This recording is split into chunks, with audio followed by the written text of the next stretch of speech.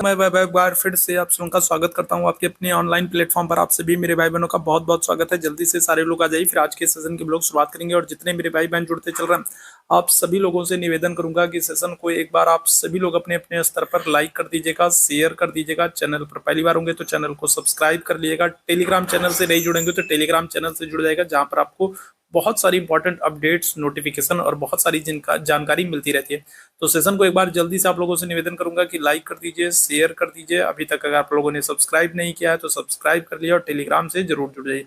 आज के सेशन में लोग टीचिंग एप्टीट्यूड के बहुत ही महत्वपूर्ण वाले प्रश्नों को करने वाले हैं, जो कि आपके एग्जाम के लिए काफी इंपॉर्टेंट हो सकते हैं। तो चलिए शुरू करेंगे आज की क्लास को। पहला प्रश्न आपके सामने है, एक विद्यालय के लिए सबसे बड़ी समस्या कौन सी होती है? तो पहला प्रश्न आपके सामने है, जल्दी से बताएंगे क्या हो जाएगा।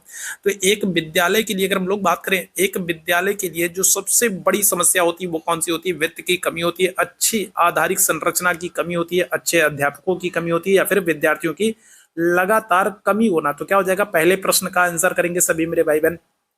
चलिए जल्दी से बताइएगा क्या हो जाएगा। इस प्रश्न का आंसर करेंगे क्या हो जाएगा, और जल्दी से बताइएगा क्या हो जाएगा इस प्रश्न का आंसर। आपसे क्या कह रहा है? आपसे कह रहा है एक विद्यालय हेतु सबसे बड़ी समस्या क्या हो जाएगी? तो आंसर कर देंगे ऑप्शन संख्या डी। विद्यालय में विद्यार्थियों की लगातार जो कमी हो रही है, विद्यार्थियों की जो संख्या लगातार घट रही है, ये सबसे बड़ी समस्या होती है। ठीक है, क्या हो जाएगा? तो सबसे बड़ी समस्या एक विद्यालय के लिए क्या है कि जो उनके विद्यालयों में विद्यार्थियों की संख्या में लगातार कमी हो रही है। तो ऑप्शन संख्या क्या हो जाएगा? तो डी आंसर कर देंगे। ठीक है, चलिए दूसरे प्रश्न की तरफ चलेंगे। दूसरा प्रश्न आपके सामने है, अधिगम सीखने हेतु विद्यार्थियों का सबसे बड़ा गुण क्या है? तो अगर हम लोग बात करेंगे लर्निंग के लिए, एक विद्यार्थी का सबसे बड़ा गुण क्या होना चाहिए? अच्छी याददाश्त होनी चाहिए, अच्छी संप्रेषण क्षमता होनी चाहिए, सीखने हेतु कठिन श्रम होना चाहिए, या फिर सीखने हेतु जिज्ञासा होना चाहिए। तो सबसे महत्वपूर्ण क्या है लर्निंग होने के लिए? अगर हम लोग बात करेंगे लर्निंग के लिए, सीखने के लिए, अधिगम के लिए सबसे महत्वपूर्ण क्या है? तो क्या आंसर कर दोगे? क्या आंसर करिएगा? जल्दी से सारे मेरे भाई आंसर करेंगे। और जितने मेरे भाई बहन जुड़ते चल रहे हैं, आप लोगों से निवेदन करूंगा कि सेशन को लाइक और शेयर जरूर कीजिएगा। सेशन को लाइक और शेयर जरूर कीजिएगा। बताइए क्या हो जाएगा? करेक्ट आंसर हो जाएगा आपका ऑप्शन संख्या डी हो जाएगा, सीखने के लिए जिज्ञासा। सबसे महत्वपूर्ण क्या है? तो जिज्ञासा होनी चाहिए। ठीक है, क्या होनी चाहिए? विद्यार्थी के अंदर जिज्ञासा होनी चाहिए। ऑप्शन संख्या क्या हो जाएगा? तो डी आंसर कर देंगे। अगले प्रश्न की तरफ चलेंगे। कौन सा एक अच्छे विद्यालय का गुण नहीं है? तो बताइएगा। तो अगर हम लोग बात करेंगे तो एक अच्छे विद्यालय का गुण कौन सा नहीं है? तो नहीं आपको बताना है। सभी विषयों का शिक्षण, वाद विवाद एवं निबंध लेखन का आयोजन, खेलों का आयोजन नहीं करना, अच्छी विकसित प्रयोगशालाएं। तो क्या हो जाएगा? तो अगर हम लोग बात करेंगे तो एक अच्छे स्कूल का क्या गुण नहीं है, एक अच्छे विद्यालय का गुण क्या नहीं है? तो क्या आंसर कर देंगे? तो यहाँ पर अगर हम लोग बात करें तो खेलों का आयोजन अगर नहीं कर रहा है तो ये अच्छी बात नहीं है। ठीक है, अगर ठीक है हम लोग बात करें तो क्या हो जाएगा? तो खेल की अगर हम लोग बात करें तो खेल का आयोजन नहीं कर रहा है तो ये कोई अच्छी विशेषता नहीं है, बल्कि क्या होना चाहिए कि विद्यालयों को नियमित रूप से खेलों का आयोजन करना चाहिए। जिससे क्या होता है, जिससे अगर हम लोग बात करेंगे तो बालक के अंदर शारीरिक विकास के साथ जो भौतिक संतुलन होता है तो वो भी होता है। ठीक है, तो ऑप्शन संख्या क्या हो जाएगा? तो सी आंसर कर दोगे। खेलों का आयोजन नहीं कर रहा तो ये गलत हो जाएगा। ठीक है, चलिए आगे बढ़ेंगे अगले प्रश्न की तरफ। अगले प्रश्न का आंसर करेंगे, कौन विद्यालय की भौतिक संरचना का उदाहरण नहीं है? बताइएगा इस प्रश्न का आंसर। चलिए जल्दी से सारे आंसर करेंगे इस प्रश्न का। क्या हो जाएगा करेक्ट आंसर? चलिए जल्दी से सारे मेरे भाई आंसर करेंगे। क्या हो जाएगा? तो अगर हम लोग बात करेंगे तो निम्नलिखित में से कौन विद्यालय की भौतिक संरचना का उदाहरण नहीं है? तो खेल का मैदान, भवन, प्रयोगशालाएं, लाइब्रेरियन। क्या हो जाएगा? तो आंसर कर देंगे लाइब्रेरियन नहीं है। ठीक है, देखो लाइब्रेरी अगर होती तो बात दूसरी थी। ठीक है, अगर लाइब्रेरी होती तो आंसर होता, लेकिन यहाँ पर लाइब्रेरी नहीं कह रहा, आपसे लाइब्रेरियन कह रहा। तो लाइब्रेरियन जो है तो वो भौतिक संरचना का उदाहरण नहीं है। ऑप्शन संख्या क्या हो जाएगा? तो डी आंसर कर दोगे। बाकी खेल का मैदान, भवन, प्रयोगशाला ये सब भौतिक संरचना का उदाहरण है। लाइब्रेरी कहता तो लाइब्रेरी भी भौतिक संरचना का उदाहरण है, लेकिन आपसे लाइब्रेरी नहीं कह रहा, आपसे क्या कह रहा है? आपसे कह रहा है लाइब्रेरियन कह रहा है। ठीक है, याद रखिएगा। तो ऑप्शन संख्या क्या हो जाएगा? तो डी गलत हो जाएगा। ठीक, आगे बढ़ेंगे अगले प्रश्न की तरफ। जिस शिक्षण संस्था में अध्ययन हेतु उम्र का कोई बंधन नहीं होता उसे क्या कहते हैं? बताइएगा। चलिए जल्दी से बताएंगे, इस प्रश्न का आंसर करेंगे। तो जिस शिक्षण संस्थान में अगर हम लोग बात करें तो उम्र का कोई बंधन नहीं होता तो उसे क्या कहते हैं? शिक्षा की निःशुल्क संस्था कहते हैं, शिक्षा की बंद व्यवस्था कहते हैं, शिक्षा की सायंकालीन व्यवस्था कहते हैं, या फिर खुली शिक्षा की व्यवस्था कहते हैं। तो क्या हो जाएगा? तो अगर हम लोग बात करें तो जिस शिक्षण संस्था में अध्ययन हेतु उम्र की कोई सीमा नहीं होती उसे क्या कहते हैं? तो आंसर कर दोगे ऑप्शन संख्या डी आंसर कर दोगे, खुली शिक्षा की संस्था। ठीक है, क्या हो जाएगा? तो ऑप्शन संख्या डी आंसर करेंगे।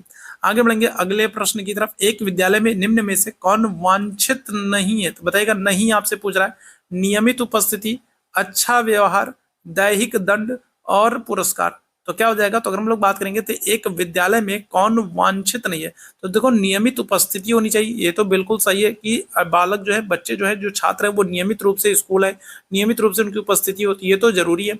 अच्छा व्यवहार होना चाहिए, तो ये भी जरूरी है। और क्या होना चाहिए, और जो छात्र है उनको पुरस्कार भी दिया जाए। आपको पता है जो पुरस्कार होते हैं वो सकारात्मक मोटिवेशन का काम करते हैं, तो पुरस्कार भी दिया जाना चाहिए। पुरस्कारों के माध्यम से उनको क्या होना चाहिए, उनको अधिगम कराया जाना चाहिए, उनको लर्निंग कराया जाना चाहिए। ये भी दैहिक दंड जो है तो वो क्या हो जाएगा, तो ये नहीं है, ठीक है, उनको दंड नहीं देना है। आपको पता है बच्चों को क्या करना है, तो दंड नहीं देना है। शारीरिक, दैहिक का मतलब क्या है, शारीरिक, शारीरिक दंड नहीं देना है, उनको मारना पीटना नहीं है। ऑप्शन संख्या क्या आ जाएगा, तो सी आंसर कर देंगे। आगे बढ़ेंगे अगले प्रश्न की तरफ। विद्यालयों में बढ़ती अनुशासनहीनता के लिए क्या उत्तरदायी कारण है, बताइएगा। तो अगर हम लोग बात करेंगे तो विद्यालयों में बढ़ती अनुशासनहीनता के लिए उत्तरदायी कारण क्या है, आर्थिक परेशानी, शिक्षकों द्वारा नेतृत्व प्रदान करने की कमी, अभिभावकों द्वारा हस्तक्षेप, या फिर बढ़ती आकांक्षाएं। तो बताइएगा क्या हो जाएगा, इस प्रश्न का आंसर करेंगे। चलिए जल्दी से इस प्रश्न का आंसर करेंगे, तो क्या हो जाएगा, इस प्रश्न का आंसर करेंगे तो विद्यालयों में बढ़ती अनुशासनहीनता के लिए एक उत्तरदायी कारण क्या है, आर्थिक परेशानी है, शिक्षकों के द्वारा नेतृत्व प्रदान करने में कमी है, अभिभावकों के द्वारा हस्तक्षेप है, या फिर बढ़ती आकांक्षाएं है। तो आंसर कर देंगे ऑप्शन संख्या बी हो जाएगा, ठीक है। क्या हो जाएगा, तो शिक्षकों के द्वारा नेतृत्व प्रदान करने में कमी, ये एक बहुत बड़ी समस्या है जिसके कारण से विद्यालयों में क्या हो रहा है, अनुशासनहीनता देखने को मिल रही है। ऑप्शन संख्या क्या कर देंगे, तो ऑप्शन संख्या बी बिल्कुल एकदम करेक्ट आंसर हमारा हो जाएगा, ठीक है। आगे बढ़ेंगे अगले प्रश्न की तरफ। अगला प्रश्न आपके सामने है, विद्यालयी विद्यार्थियों में अधिगम सीखने के लिए निम्न में से कौन सा एक सर्वाधिक प्रभावी। अगर हम लोग बात करेंगे तो लर्निंग के लिए सबसे प्रभावशाली तरीका कौन सा, सबसे प्रभावशाली माध्यम कौन सा, व्याख्यान है, श्रुत लेख है, निर्देशित क्रियाएं हैं, या फिर चित्र है। तो बताएंगे क्या हो जाएगा, इस प्रश्न का आंसर करेंगे क्या हो जाएगा। तो अगर हम लोग बात करेंगे क्या हो जाएगा, तो अगर हम लोग बात करें तो विद्यार्थियों में अधिगम, अगर हम लोग बात करेंगे तो लर्निंग में सबसे प्रभावशाली, सबसे प्रभावी क्या हो जाएगा, तो अगर हम लोग बात करेंगे व्याख्यान नहीं होगा, लंबे चौड़े भाषण और जो है लंबी चौड़ी कहानी नहीं सुनाना है। श्रुत लेख अगर हम लोग बात करेंगे तो श्रुत लेख सुन करके लिखना, ये जो है अधिगम तो ठीक है लेकिन सबसे प्रभावशाली नहीं होगा।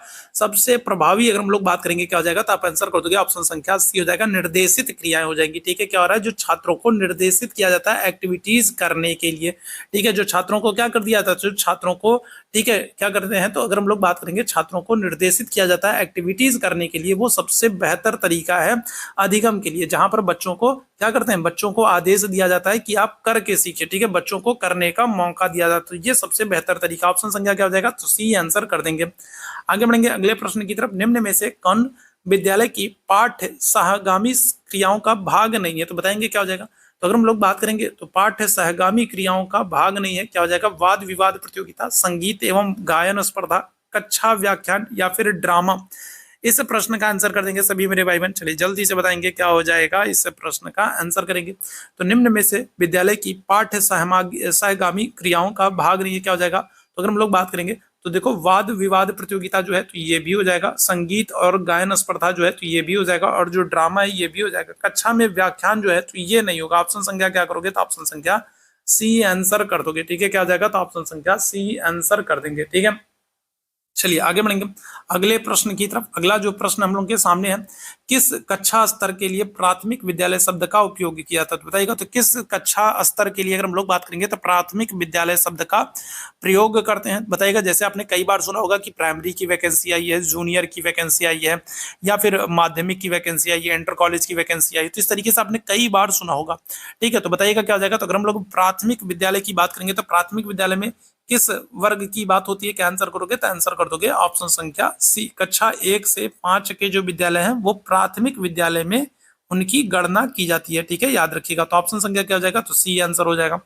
आगे बढ़ेंगे अगले प्रश्न की तरफ। विद्यार्थियों को कोई संप्रत्यय पढ़ाने का सबसे अच्छा तरीका क्या है, बताइएगा। तो अगर मैं विद्यार्थियों को कोई कॉन्सेप्ट पढ़ाना है, किसी कॉन्सेप्ट के बारे में बताना है, तो सबसे अच्छा तरीका कौन सा होगा, कठिन से सरल की तरफ, ज्ञात से अज्ञात की तरफ, अज्ञात से ज्ञात की तरफ, या फिर अमूर्त से मूर्त की तरफ। चलिए बताइएगा, इस प्रश्न का आंसर करेंगे क्या हो जाएगा। इस प्रश्न का आंसर करेंगे सभी मेरे भाई बहन चलिए जल्दी से सारे मेरे भाई आंसर करेंगे, क्या हो जाएगा इस प्रश्न का आंसर करना है, क्या हो जाएगा। तो विद्यार्थियों को अगर कोई संप्रदाय पढ़ाना है, कोई भी कॉन्सेप्ट हम लोगों को पढ़ाना है, समझाना है, तो सबसे बेहतर तरीका क्या हो जाएगा कि हम उनको ज्ञात से अज्ञात, ज्ञान से अज्ञात का मतलब क्या है, सबसे पहले हम किसी ऐसी चीज के बारे में जानेंगे, बताएंगे बच्चों को जिसको उन्होंने देखा होगा, जिसके बारे में वो जानते होंगे। ठीक है, जैसे मान लीजिए हमको, ठीक है, जैसे मान लीजिए हमको क्या करना है, हमको पालतू पशुओं के बारे में बताना है, ठीक है, बच्चों को। तो सबसे पहले हम ऐसे पशु के बारे में बताएंगे जिसको बच्चों ने देखा हो। सबसे पहले हम गाय को बताएंगे कि देखो गाय होती है, पालतू होती है, गाय की ये विशेषता होती है, दो सींग होती है, पूंछ होती है, पैर होती है। तो पहले हम क्या करेंगे, ज्ञात जिस चीज के बारे में उनको जानकारी है उसके बारे में बताएंगे, और फिर उससे क्या हो जाएगा, फिर उससे उसको अज्ञात की तरफ, नई नॉलेज की तरफ लेकर के चलेंगे। ठीक है, तो ऑप्शन संख्या क्या हो जाएगा, बी हो जाएगा। अगर हम पहले ही किसी ऐसी चीज के बारे में बता देंगे जिसको बच्चों ने ना देखा हो ना सुना हो, तो फिर वो कल्पना ही नहीं कर पाएंगे, और फिर क्या हो जाएगा, फिर उनका मन नहीं लगेगा पढ़ने में। तो सबसे पहले हम किसी ऐसी चीज के बारे में बताएंगे जिसको बच्चों ने देखा हो, जिसके बारे में बच्चे जानते हो, ताकि वो कल्पना कर सके कि हाँ ये चीज ऐसी है या फिर ऐसा है। भारत में माध्यमिक शिक्षा की अवधि क्या है, तो बताइएगा, इस प्रश्न का आंसर करेंगे भारत में माध्यमिक शिक्षा की अवधि क्या है। इस प्रश्न का आंसर करेंगे क्या हो जाएगा, तो 2 है, 4 है, 6 है या फिर 5 है। भारत में माध्यमिक शिक्षा की अवधि कितने वर्ष की है, क्या आंसर कर देंगे, तो आंसर हो जाएगा आपका ऑप्शन संख्या बी हो जाएगा, 4 वर्ष की है। ठीक है, क्या हो जाएगा, तो आंसर कर दोगे, क्या हो जाएगा, 4 वर्ष की है। ठीक है, ऑप्शन संख्या बी हो जाएगा। आगे बढ़ेंगे अगले प्रश्न की तरफ। अगले प्रश्न का आंसर करेंगे, विद्यालयों में विद्यार्थी अनुशासनहीनता का सर्वाधिक प्रबल कारण क्या है। तो अगर हम लोग बात करेंगे तो विद्यालयों में आपको देखोगे कि जो छात्र है तो वो अनुशासनहीनता करते हैं, और उसका सबसे प्रबल कारण क्या है। तो इस प्रश्न का आंसर कर दिएगा सभी मेरे भाई बहन, इस प्रश्न का आंसर कर देंगे। चलिए जल्दी से सारे मेरे भाई आंसर करेंगे, क्या हो जाएगा, चलिए जल्दी से सारे लोग आंसर करेंगे, क्या हो जाएगा। तो शिक्षकों की अनुपस्थिति, विद्यार्थियों की अनुपस्थिति, कोर्स का पूरा न होना, या फिर विद्यार्थियों को क्रियाओं में संलग्न न कर पाना।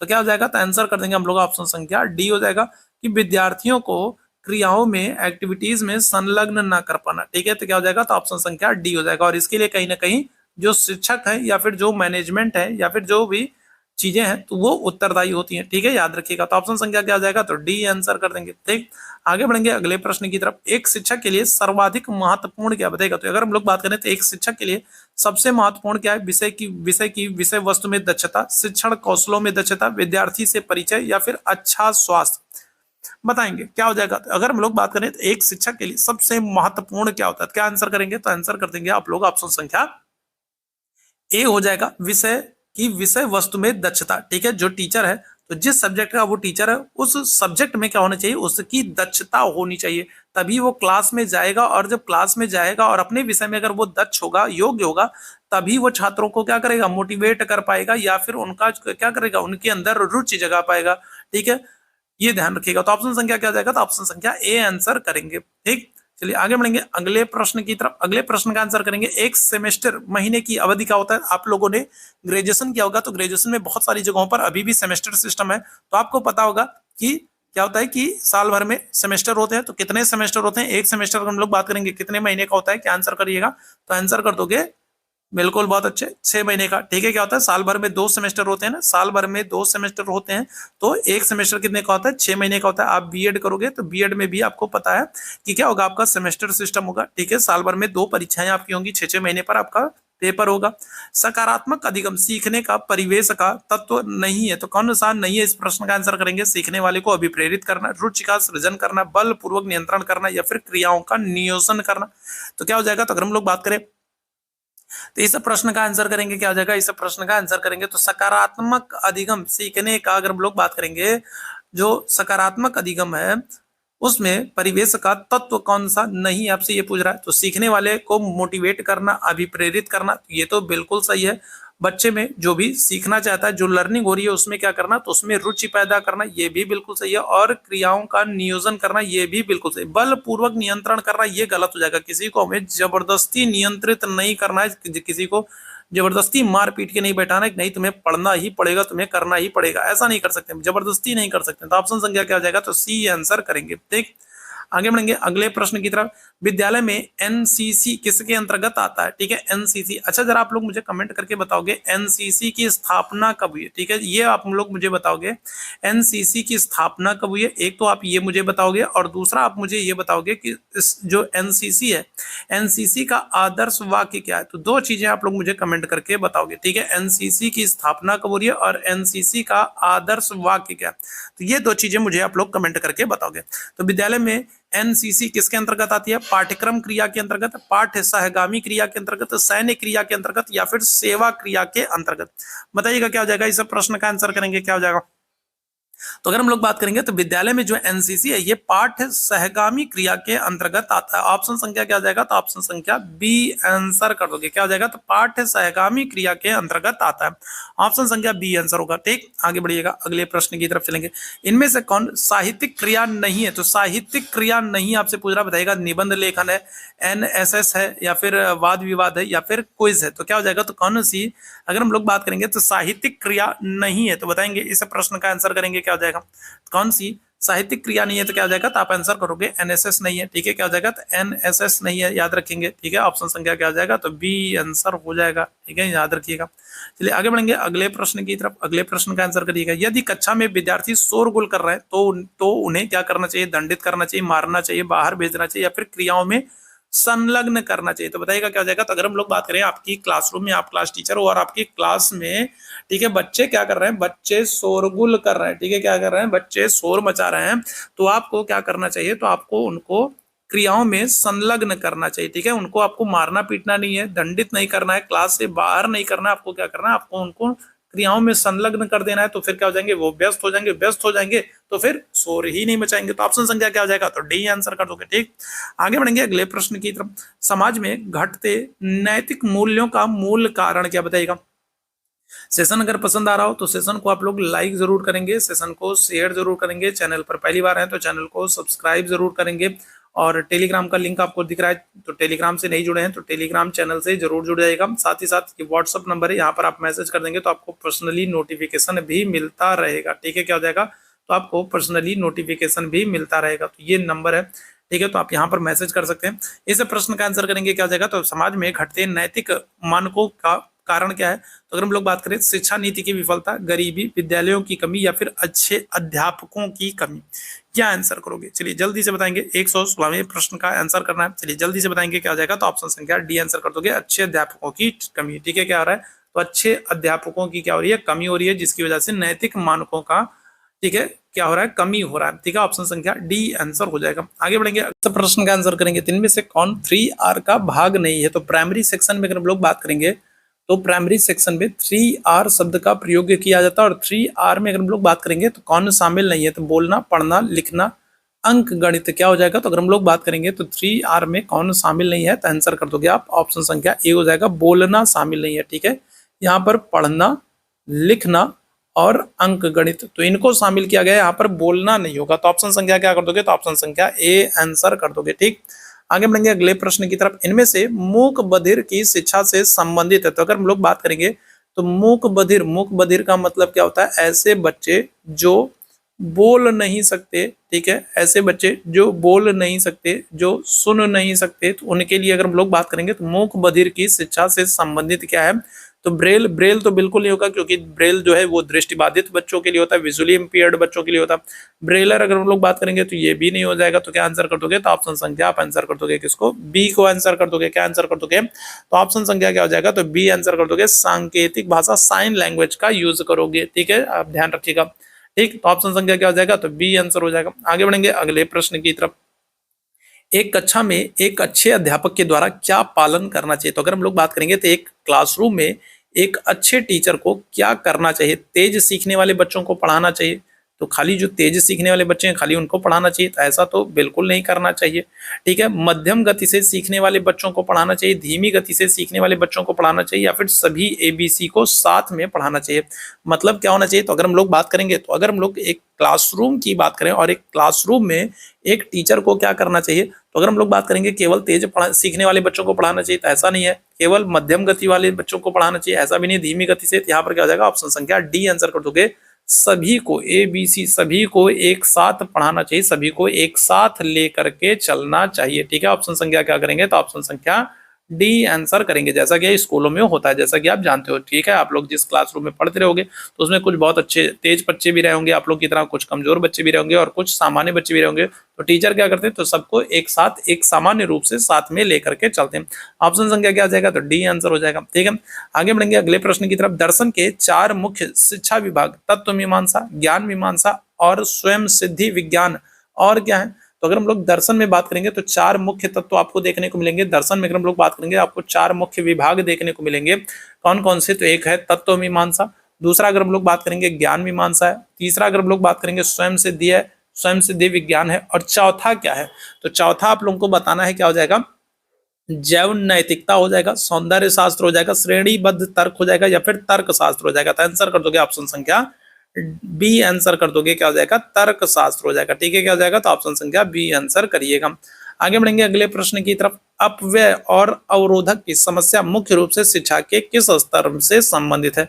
अगर हम लोग बात करें अपव्यय और अवरोधक की समस्या मुख्य रूप से शिक्षा के किस स्तर से संबंधित है, माध्यमिक, प्राथमिक, विशिष्ट या फिर उच्च माध्यमिक स्तर। तो आंसर क्या कर देंगे, तो आंसर कर देंगे ऑप्शन संख्या बी हो जाएगा, प्राथमिक स्तर से। ठीक है, कहां से, तो ऑप्शन संख्या बी आंसर कर दोगे, प्राथमिक स्तर से। ठीक है, आगे बढ़ेगा अगले प्रश्न की तरफ। सिंपोजियम एक प्रकार से है, तो बताइएगा सिंपोजियम क्या है, तो डिस्कवरी विधि है, व्याख्यान विधि है, प्रदर्शन विधि है या फिर चर्चा विधि है। तो सिंपोजियम क्या है, ये सब प्रश्न का आंसर करेंगे सभी मेरे भाई बहन। चलिए जल्दी से बताएंगे क्या हो जाएगा, तो सिंपोजियम क्या है, तो ये एक चर्चा विधि है। ठीक है, क्या हो जाएगा, ऑप्शन संख्या बी आंसर कर दोगे। सिंपोजियम क्या है, तो ये चर्चा विधि, ऑप्शन संख्या बी बिल्कुल करेक्ट आंसर हो जाएगा। ठीक है, आगे बढ़ेंगे अगले प्रश्न की तरफ। ज्ञान विज्ञान होने के नाते दर्शन का उद्देश्य क्या है।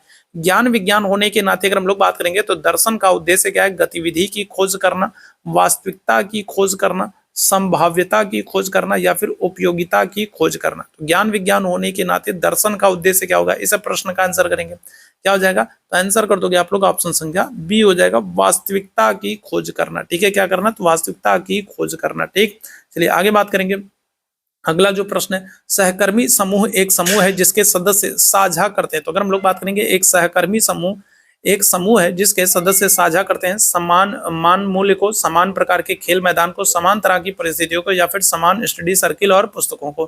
तो क्या हो जाएगा, तो सहकर्मी समूह जो है वो एक समूह है जिसके सदस्य क्या साझा करते हैं, तो आप आंसर करोगे ऑप्शन संख्या सी, समान तरह की परिस्थितियों को। ठीक है, क्या हो जाएगा, तो सामान्य तरह की परिस्थितियों को साझा करते हैं।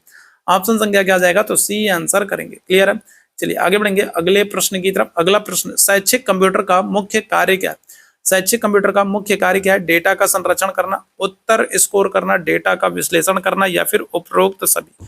तो शैक्षिक कंप्यूटर का मुख्य कार्य क्या हो जाएगा, तो आंसर कर दोगे ऑप्शन संख्या डी हो जाएगा, डेटा का संरक्षण करना, उत्तर स्कोर करना और डेटा का विश्लेषण करना। तो ये हो जाएगा आपका ऑप्शन संख्या डी आंसर कर देंगे। ठीक है, आगे बढ़ेंगे अगले प्रश्न की तरफ। शिक्षण अधिगम प्रक्रिया एक यात्रा है। अगर हम लोग बात करेंगे तो टीचिंग लर्निंग जो प्रोसेस है वो एक यात्रा है, ठोस से सरल की तरफ। अगर हम लोग बात करें यहाँ पर क्या होना चाहिए, तो यहाँ पर होना चाहिए था सरल की तरफ। अगर हम लोग बात करेंगे सरल से जटिल की तरफ या फिर सभी की तरफ या फिर ज्ञात से अज्ञात की तरफ। तो क्या हो जाएगा, तो अगर हम लोग बात करेंगे क्या हो जाएगा, तो अगर हम लोग बात करेंगे क्या हो जाएगा, तो यहाँ पर हम लोग बात करेंगे क्या हो जाएगा, तो आप आंसर कर दोगे शिक्षण अधिगम जो प्रक्रिया है, टीचिंग लर्निंग जो प्रोसेस है, ये क्या हो जाएगा, ये सभी हो जाएगा। ठोस से सार की तरफ, सरल से जटिल की तरफ, ज्ञात से अज्ञात की तरफ, तो ये सभी हो जाएगा। ऑप्शन संख्या क्या कर दोगे, तो डी आंसर कर दोगे। तो ये आज का महत्वपूर्ण सेशन था। आज के सेशन में हम लोग टीचिंग एप्टीट्यूड के 30 क्वेश्चंस को डिस्कस किया। उम्मीद है सेशन आप लोगों को पसंद आया होगा। सेशन पसंद आया हो लाइक कीजिए, शेयर कीजिए, चैनल पर पहली बार सब्सक्राइब कीजिए। बहुत ही महत्वपूर्ण वाले सेशन है और ऐसे ही प्रश्न आपको आपके एग्जाम में भी देखने को मिलेंगे। टीचिंग एप्टीट्यूड से अगर मैं बात करूं तो लगभग 8 से 10 प्रश्न तो आपको कम से कम देखने को मिलेंगे। तो ये काफी महत्वपूर्ण हो जाता है, तो लास्ट तक आप लोग देखा करिए और ठीक है, और ऐसे और अधिक से अधिक प्रश्नों को भी सॉल्व करने का प्रयास किया कीजिए। ठीक है, तो चलिए अभी के लिए बस इतना ही करेंगे। थैंक यू सो मच, आप सभी लोगों को मेरे साथ जुड़ने के लिए थैंक यू सो मच।